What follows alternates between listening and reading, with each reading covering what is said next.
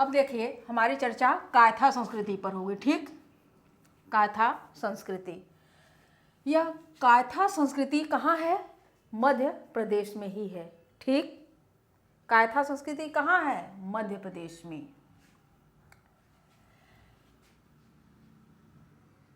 कायथा संस्कृति का खोज किसने किया था? कायथा संस्कृति की खोज की, कायथा संस्कृति की खोज वी.एस. वाकड़कर ने किया था। ठीक, कायथा संस्कृति की खोज वी.एस. वाकड़कर ने किया था। इस कायथा को, इसे हड़प्पा संस्कृति का समकालीन माना जाता है। कायथा संस्कृति को हड़प्पा संस्कृति का समकालीन माना जाता है, अर्थात कि यह कायथा संस्कृति हड़प्पा संस्कृति के साथ चल रही थी। ठीक, और बेटा आपको समझ में आ रहा है? बताइए। देखिए हमने अभी कुछ पहले हमने आपको बता दिया था। देखिए सबसे पहले बताए मालवा संस्कृति हमने आपको पढ़ाया। ये जो मालवा संस्कृति कहाँ है? नर्मदा नदी के तट पर, नर्मदा नदी के तट पर महेश्वर तथा नवदा टोली की उत्खनन जब कराया गया तो उसी समय ये मालवा संस्कृति का साक्ष्य पाया गया। ठीक, और ये जो कायथा संस्कृति के जो स्थल थे वो अधिकतर स्थल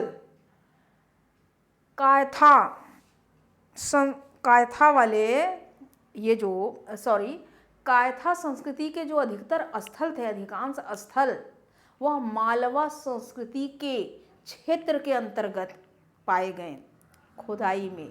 ठीक, और वह उससे जानकारी मिली उस खुदाई के दौरान, जब महेश्वर और नौदा टोली की जब खुदाई हुई तो उस दौरान यह जानकारी मिली कि यहाँ पर, यानी इस मालवा संस्कृति के पहले, मतलब बहुत पहले कायथा संस्कृति बीत चुकी थी। यानी कि जिन क्षेत्रों में मालवा संस्कृति थी वहीं पर वहाँ कायथा संस्कृति भी उपलब्ध थी। उसी के बाद ही यह मालवा संस्कृति आई। लेकिन कायथा संस्कृति को भी हम लोग पढ़ते हैं। तो कायथा संस्कृति को वी.एस. वांकर ने खोजा था। ठीक है ना, आगे बढ़े।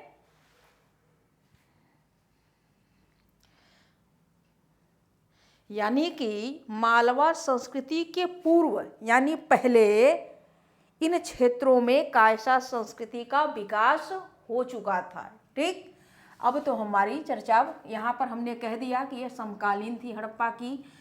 कायथा उज्जैन के निकट काली सिंध नदी के तट पर स्थित है।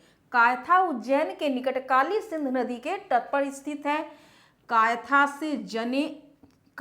से चने एवं मूंग के अवशेष प्राप्त हुए हैं, मिले हैं। ठीक, यानी वहाँ पे अनाज जो पाया गया चना और मूंग। ठीक, इस कायथा संस्कृति स्थल से, इस स्थल को साहित्य में कापित्थक कहा गया, कापित्थक कहा गया है। ठीक, इस कायथा को, इस स्थल को साहित्य में कपित्थक कहा गया है। और यह कपित्थक बरामिहिर की जन्मभूमि है। ठीक, कायथा से एक घड़े में 40,000 मनके के दाने मिले हैं। कायथा से एक घड़ा मिला जिसमें 40,000 मनके थे। ठीक, और कायथा से एक घर में, कायथा का एक घर था, एक घर में तांबे के 28 या 29 चूड़ियाँ पाए गए। कायथा के एक घर से तांबे का 28 या 29 चूड़ियाँ पाई गई। और क्या पाया गया?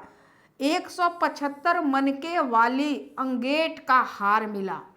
इसी घर से जो 28-29 चूड़ियाँ मिली, एक घर से कायथा के, वहीं से 175 मनके के अंगेठ का हार मिला, 160 मनके वाले कार्नेलियन हार मिला तथा 2 कुल्हाड़ी भी मिली। कहाँ से? कायथा के घर से, जो कायथा में एक घर पाया गया। ठीक, अब मालवा संस्कृति के पूर्व, देखिए हम फिर से यहाँ पर बात लिखे, मालवा संस्कृति के पूर्व इन्हीं क्षेत्रों में कायथा संस्कृति का विकास हो चुका था।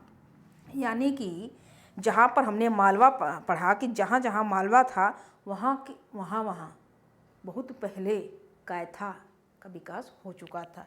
ठीक, अब हम आगे चलते हैं। सवालदा संस्कृति, यह सवालदा कहाँ है? महाराष्ट्र में है। ठीक, सवालदा से प्राचीन कृषक संस्कृति की जानकारी मिलती है। ये जो सवालदा संस्कृति है महाराष्ट्र में, उससे प्राचीन कृषक यानी कि यहाँ पर खेती किए जाते थे, इसकी जानकारी मिली है। और ये जो सवालदा संस्कृति है ये कहाँ है? तापी घाटी में स्थित है। सवालदा जो संस्कृति है तापी घाटी में स्थित है। सवालदा संस्कृति की विशेषता क्या है? सवालदा संस्कृति की जो विशेषता है, चाक पर बने चॉकलेटी मृद भांड। सवालदा संस्कृति की जो प्रमुख विशेषता है, यहाँ पर चाक पर बने चॉकलेटी मृद भांड है। ठीक, सवालदा संस्कृति का विस्तार, जो सवालदा संस्कृति का विस्तार यानी उसका जो क्षेत्र पाया गया है वह कहाँ तक है? तापी घाटी, उत्तरी महाराष्ट्र की गोदावरी नदी के बीच पर था ये सवालदा। ठीक है ना? किसी को कुछ पूछना है? आप पूछेंगे? बताइए बेटा। बताइए तो हम आगे बढ़ते हैं।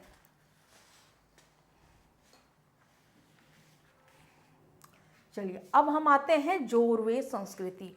यह जोरवे संस्कृति भी महाराष्ट्र में ही थी। ठीक, जोरवे संस्कृति प्रवरा नदी के तट पर स्थित है। यह प्रवरा नदी किसकी सहायक नदी है? पता है आप लोगों को? यह प्रवरा नदी गोदावरी नदी की सहायक नदी है। आप यहाँ पर कहीं लिख लीजिएगा, प्रवरा नदी है जो, यह गोदावरी नदी की सहायक प्रवरा नदी है। ठीक, आप लोग लिख लीजिएगा यहाँ गोदावरी नदी। ठीक, जोरवे महाराष्ट्र के अहमदनगर जिले में है। जोरवे महाराष्ट्र के अहमदनगर जिले में स्थित है। जोरवे संस्कृति भी मूलतः ग्रामीण संस्कृति थी। जितनी भी ताम्रपाषाणिक संस्कृतियां हैं वो सभी के सभी ग्रामीण संस्कृति है, मतलब गांव वाली सभ्यता है। ठीक है ना? जोरवे संस्कृति के प्रमुख ताम्रपाषाणिक स्थल हैं जो महाराष्ट्र में पाए गए। जो जोरवे संस्कृति यानी ताम्रपाषाणिक जो जोरवे संस्कृति है वो स्थल है, वो सब महाराष्ट्र में ही पाए गए हैं। अब देखिए जो महाराष्ट्र में पाए गए हैं वो स्थल कौन से? एक तो जोरवे खुद है, जोरवे, नेवासा, चंदौली, ठीक, प्रकाश, इनाम गांव, दायमाबाद, बहाल और सोनगांव।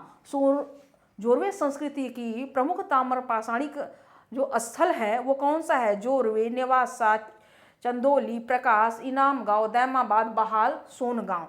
यह जो इनाम गांव है, इनाम गांव का सबसे विस्तृत एवं विशद उत्खनन हुआ। यानी कि जोरवे संस्कृति के अंतर्गत ये जो इनाम गांव स्थल है, इस इनाम गांव का सबसे विस्तृत और विशद उत्खनन कार्य हुआ था। ठीक, जोरवे संस्कृति के इनाम गांव तथा दायमाबाद स्थल, जोरवे संस्कृति के इनाम गांव तथा दायमाबाद स्थल क्या थे? नगरीकरण की स्थिति तक पहुंच गए थे। प्रश्न जरूर बनता है कि जोरवे संस्कृति के कौन से स्थल हैं जो नगरीकरण थे, औद्योगिकरण हो चुका था उनका। ठीक, जोरवे संस्कृति अपने व्यापार कार्य के लिए प्रसिद्ध थी। जोरवे संस्कृति अपने व्यापार कार्य के लिए प्रसिद्ध थी। एक बार फिर से देख लेते हैं कायथा संस्कृति। कायथा संस्कृति की खोज वीएस वाकड़कर ने किया था। इसे हड़प्पा संस्कृति के समकालीन माना जाता है। कायथा उज्जैन के निकट काली सिंध नदी के तट पर स्थित है। कायथा से चने एवं मूंग के अवशेष मिले हैं। इस स्थल को साहित्य में कपित कहा गया, जो बरामिहिर की जन्मभूमि है। कायथा से एक घड़े में 40,000 मनके के दाने मिले हैं। कायथा के एक घर में तांबे के 28 या 29 चूड़ियाँ मिली। 175 मनके वाले अंगेट का हार मिला। 160 मनके वाले कार्नेलियन हार मिला तथा 2 कुल्हाड़ी मिली है। मालवा संस्कृति के पूर्व इन्हीं क्षेत्रों में कायथा संस्कृति का विकास हो चुका था। सवालदा संस्कृति। सवालदा से प्राचीन कृषक हमने कृष्ण लिख दिया भाई, कृषक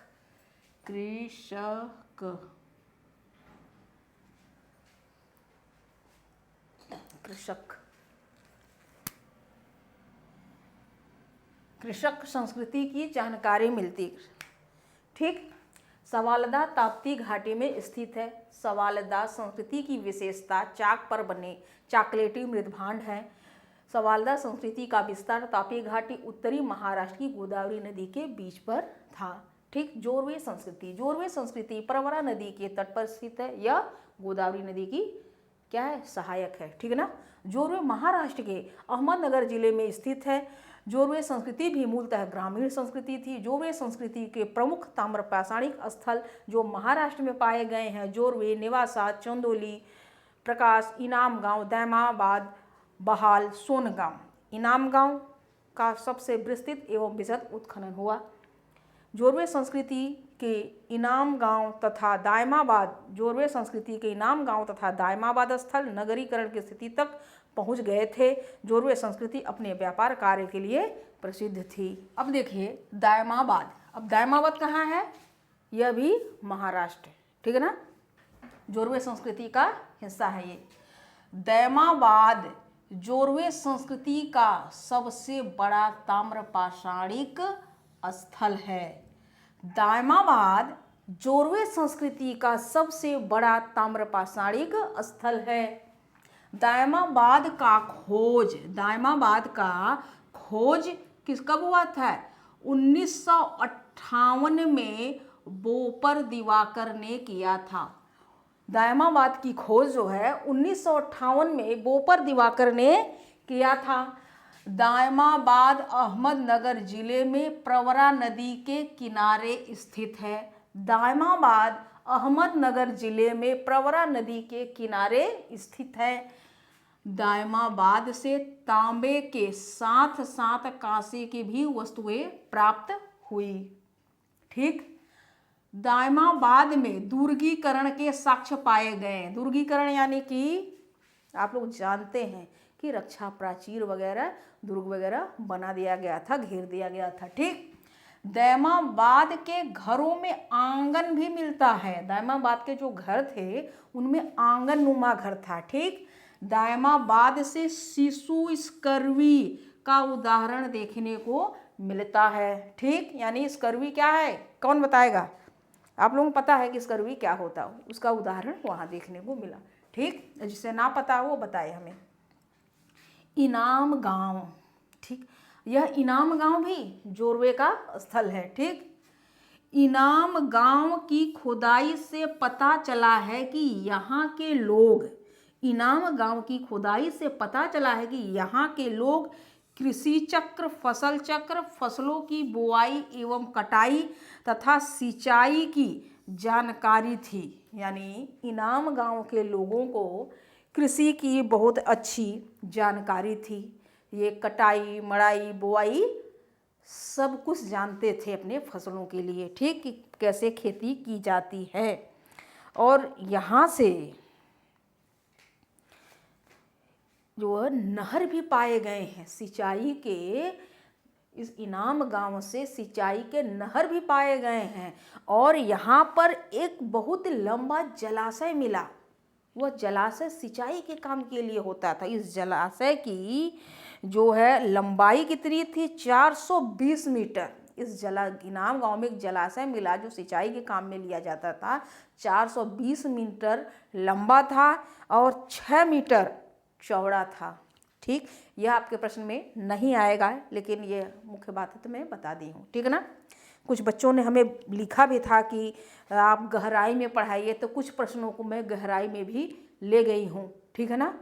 लेकिन इतने प्रश्न गहराई वाले नहीं आएंगे, याद रखिए। जो प्रश्न है वहाँ से जरूर आएंगे। ठीक। इनाम गांव से 3 पुरुष देवताओं की मूर्तियां प्राप्त हुई हैं। इस पुरुष देवता समझते हैं? पुरुष देवता में एक तो गणेश थे, एक रथ युक्त मूर्ति मिली, और 2-3 ऐसे हैं, 3 देवता मिले हैं इनाम गांव से, जिसमें गणेश है, रथ युक्त भी है। ठीक। इनाम गांव से सिर विहीन यानी बिना सिर के मातृ देवी की मूर्ति प्राप्त हुई है। इनाम गांव से बिना सिर के यानी कि धड़ से ही, सिर नहीं है, वह मातृ देवी की मूर्ति प्राप्त हुई है इनाम गांव से। और साथ में तथा वृषभ की मृण मूर्ति प्राप्त हुई है, यानी वृषभ यानी बैल की भी मृण मूर्ति प्राप्त हुई है, जो रूढ़ शैली में बना है। ठीक। यहाँ इनाम गांव, यहाँ फसलों में, इनाम गांव में जो फसल है वो फसल कौन से हैं? गेहूँ, जौ, मसूर और धान। यहाँ जो है इनाम गांव के जो फसल हैं, यहाँ फसलों में गेहूँ, जौ, मसूर एवं धान के साक्ष्य पाए गए हैं। यहाँ से बर्तन पकाने की भट्ठी प्राप्त हुई है। ठीक। इनाम गांव से बर्तन पकाने की भट्ठी प्राप्त हुई है, विशाल चूल्हे भी मिले हैं, अन्नागार मिला है, आवासीय घर प्राप्त हुआ है। कहाँ से? इनाम गांव से। अब जोरवे संस्कृति के अंतर्गत एक स्थान था नेवासा। ठीक। ये जो नेवासा है, नेवासा से रेशम के प्राचीनतम साक्ष्य मिला है। नेवासा से रेशम के प्राचीनतम साक्ष्य मिला है। यह पुस्तक में एक अलग तथ्य था जो मैं यहाँ पे लिखवाई हूँ, हो सकता है कि यह प्रश्न बने। ठीक। और ये जो रेशम है, इसको साहित्य में कौशेय कहा गया है। हालांकि मैं खुद एक बार कोई परीक्षा दे रही थी जिसमें यह प्रश्न था कि रेशम को क्या कहा गया था। ठीक। तो कौशेय कहा गया था। ठीक है ना। नेवासा से बिना सिर वाली नारी की मूर्ति मिली है। नेवासा से, देखिए इनाम गांव से भी मिली है, लेकिन नेवासा से, ऐसा नहीं कि यह 2 बातें आप जान लीजिएगा, नेवासा से और इनाम गांव से। यहाँ पर जो इनाम गांव से सिर विहीन यानी बिना सिर वाली जो मूर्ति मिली, वो किसकी? मातृ देवी की मिली है। और यहाँ जो है ये नारी की है, मतलब स्त्री तो ये भी है, पर ये इनको देवी कहा गया है। ठीक ना। तो नेवासा बिना सिर वाली नारी की मूर्ति मिली है। अब हम ताम्रपाषाणी संस्कृतियों की विशेषताओं को बारे में जान लेते हैं। कुछ विशेषताएं हैं तो बहुत कुछ, लेकिन आपके परीक्षा में बहुत ज़्यादा नहीं पूछा जाएगा। ये जो 2-4 लाइन है मैं इसी को बता रही हूँ। ठीक ना। ताम्रपाषाणिक संस्कृतियों की एक रूपता तांबा तथा पत्थर के उपकरणों के प्रयोग के साथ ही मृद भांडों की समानता देखने को मिलती है।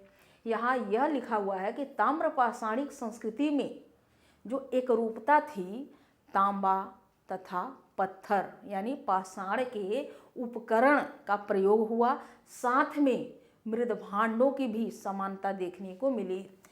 इन संस्कृतियों का आर्थिक आधार क्या था? इन संस्कृतियों में जो आर्थिक आधार थे वह क्या था? कृषि और पशुपालन था।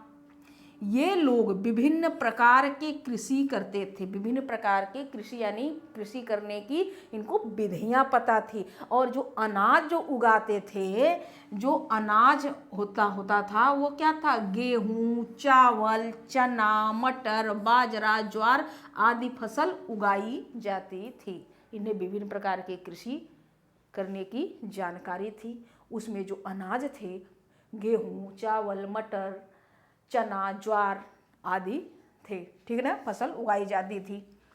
ताम्र पाषाणिक संस्कृति के लोग लेखन कला से परिचित नहीं थे। यहाँ के लोग लेखन कला नहीं जानते, यानी कि लिखने की बातचीत नहीं थी यहाँ पर।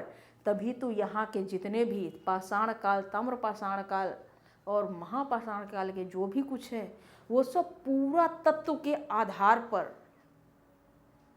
और पूरा तत्व में कौन सा पता है? नहीं, पूरा तात्विक साक्ष्यों के आधार पर जो वस्तुएं पाई गई उनके आधार पर यह इतिहास लिखा गया है। ठीक है ना।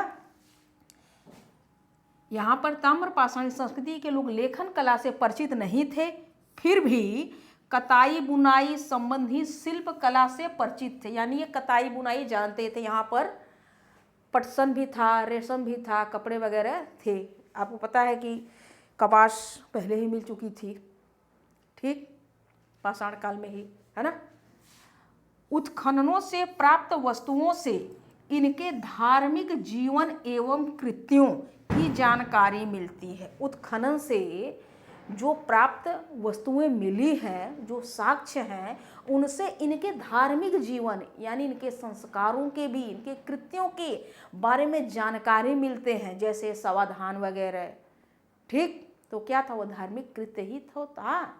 और धार्मिक जीवन जैसे देवता देवी ये सब पूजा करते थे ये लोग। ताम्र पाषाणिक संस्कृति के मृदभांड, ताम्र पाषाणिक संस्कृति के जो मृदभांड थे वह चित्रित थे, चित्रित प्रकार के थे। वो किस रंग में थे? लाल एवं काले थे। ताम्र पाषाणिक संस्कृति के चित्रित मृदभांड होते थे। लाल काला मृदभांड प्रचलित था। जो लाल और काला चित्रित मृदभांड प्रचलित था उस समय। ठीक, और मृदभांड अधिकांश चाक निर्मित एवं हस्त निर्मित मृदभांड भी साक्ष्य पाए गए। जो मृदभांड पाए गए उसमें अधिकांश जो मृदभांड वो चाक निर्मित है और कुछ हाथ से बनाए हुए मृदभांड हैं। ठीक, तो देखिए हमने ताम्र पाषाणी संस्कृति अपने हिसाब से ख़त्म कर दिया। अब आप लोग इसे नोट कर लीजिएगा, याद करिए, पढ़ते रहिए, खुश रहिए। कुछ हो तो आप हमें कमेंट में लिखिएगा। ठीक।